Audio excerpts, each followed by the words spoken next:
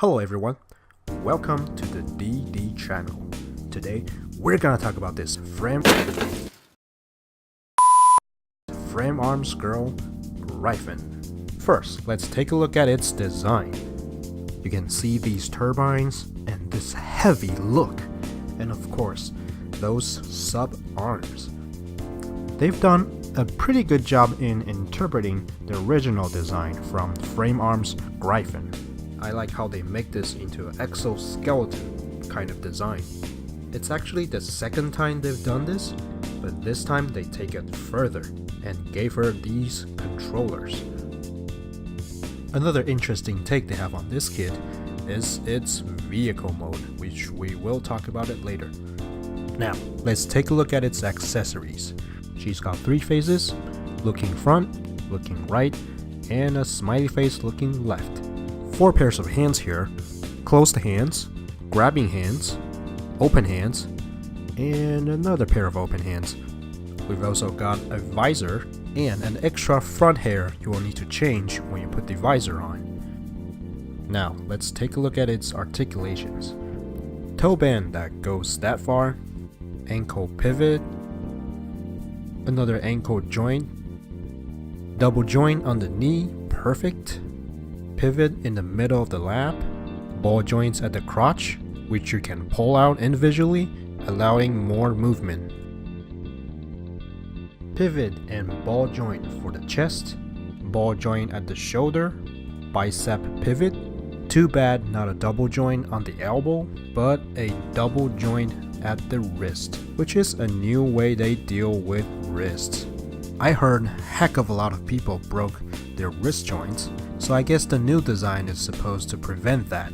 Going to the neck, we got ball joints at the neck, and another joint inside the hair so you can move the hair out. And last but not least, a ball joint at the beret, which you can flip it in when you don't need it. Now, let's take a look at the armors. Very flexible ankle here. The knees can bend that far, but too bad they decide to put the pivot above the lap movable part, so you can't turn that part when the armors are on. Moving to the upper body, which is pretty flexible too. You can move this part out, you can turn this part, and of course the shoulders, double joints here, and 2 pivots for the controller. Moving to the arm, bicep pivot, double joint, kind of, for the elbow, and of course all the fingers are movable. Sub arms can flip out like that and move out like that, and the claw can move like that. Now let's move on to the vehicle mode. How would you call this kind of vehicle? Like walker gear? No.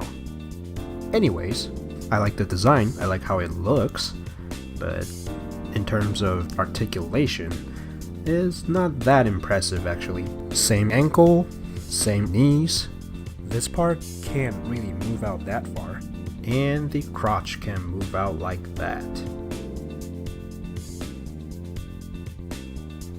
Finally, let's move on to the weapons.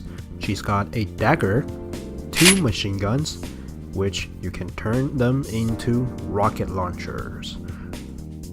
Just take out the magazines and put the rocket launcher on it.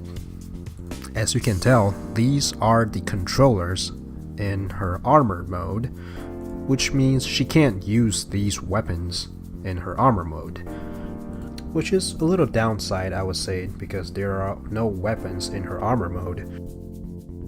Overall, I think it's a pretty good kit. So, if you like mecha girls and you're ready to jump in this bottomless hole, then this one is definitely a recommend.